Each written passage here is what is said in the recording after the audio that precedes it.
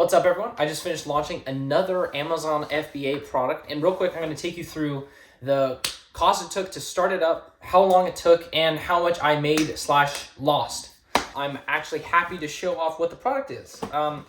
It is a welding helmet, specifically the auto darkening kind. Yeah, I'm going to take you through what it took to launch it, how much it cost, and some tips and tricks if you decide to sell it yourself, though I don't recommend selling it. Let's get into it. Now, I've got my handy dandy whiteboard here coming in from my highly professional video space. Anyway, so before we get into the actual numbers, everything, I'm gonna go through my the timeline.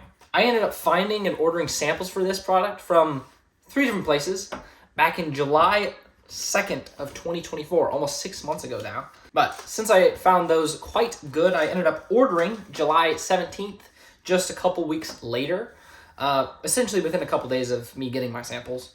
Now, there were some very serious delays with this product, and I actually didn't have it get shipped until September 10th, almost 2 full months later. I don't actually know why it took so long. Part of it was I had a very different way of packing it, which I'll go into later in the lessons part of this video.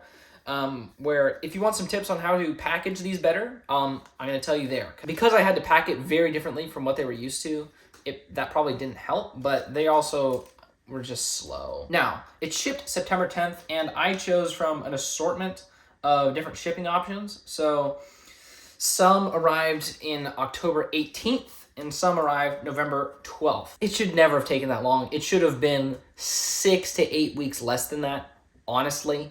Live and learn. You got to be on top of your suppliers and choose your suppliers well. That's one of the criteria. Next up, we have our startup costs, which in this case were very simple because it was just 3 different costs. It was my samples, my cost of goods, and my shipping for those. For samples, I only spent $55, which is quite low, but the real cost came from my actual production run. I ordered 504 units, and I spent $2,250 on the actual cost of those goods, and then another $1,311.07 for shipping. Add all that up, and that's $3,616.07, which is, $7-ish per unit. But next up, let's get into the revenue for each month. First month is going to be October of 2024. Yeah, so not too long ago. This was not a full month because you notice the shipment only arrived on October 18th, the first part of it. So I wasn't fully ramped up or anything, but we did $117.97 of revenue. The expenses were $56 for cost of goods, $14.79 for advertising, $77.98 for promo costs. Yep. $108.57 in Amazon fees. Yeah, pretty great margins, don't you think?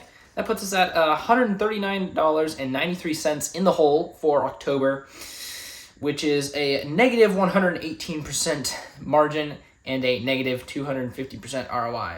Yeah, let's see if it gets better in November next month. So revenue-wise, $136.46. Ooh, big up. Cost of goods was $169.68. Oh, $34.22 in ads, and $100.97 in promo. And then our final expense, Amazon fees, $344. Yep. So that means for November, we were $512.41 in the hole, which was a negative 375% margin and negative 300% ROI. Yeah, you're starting to see where this product is going, aren't you? And then for December, we did $0 in revenue, $7.07 of cost of goods, and $98.53 of Amazon fees, putting us at another $98.53 in the hole for December. And if you've been doing the math, that means overall, in total, that puts us $4,190.76 in the hole. Yeah, definitely not the most productive product launch I've ever done, but let's get into the lessons learned. Now, you may have noticed that this product was not successful, at least by my terms. If you think this was successful, get help. In my opinion, there were 3 things that were the main culprits for this not working. First one being competition. second being effort, and third being expectations. Competition, what do I mean? There are hundreds and hundreds of listings of welding hoods out on Amazon, and average reviews in the niche is insanely high. Like if you go and Google it right now, like the top guy, Yes Welder, as of this moment has 17,500 ratings for the exact same product that I was wanting to sell, right?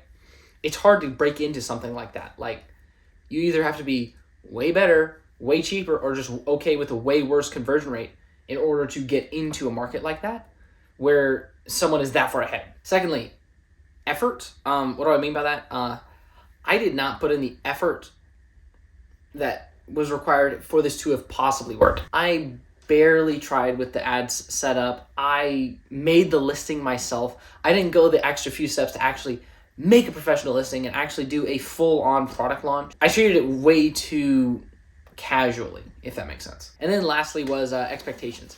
I came in expecting it to just work, right? There were, like, with the advertising, I set up my ads and just turned them on, and I just expected it to work. And then I end up having to double bids, and it's still barely getting me impressions, and I'm still barely getting any traffic. I just came in with expectations for that were a bit too high, and so when they weren't met, I just essentially quit early, almost, if that makes sense. Like, you'll notice I only spent like $60 on ads. Like, what?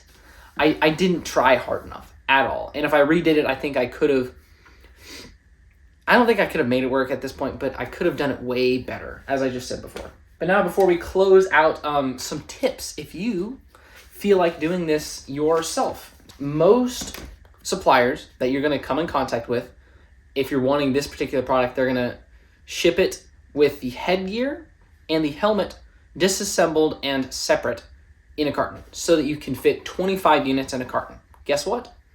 You can't do that unless you want to repackage it in the US of A. So you're going to have them ship it with the headgear and the helmet combined, which they're not going to know how to do. You're going to have to ask them to make custom cartons or test the custom packing setup.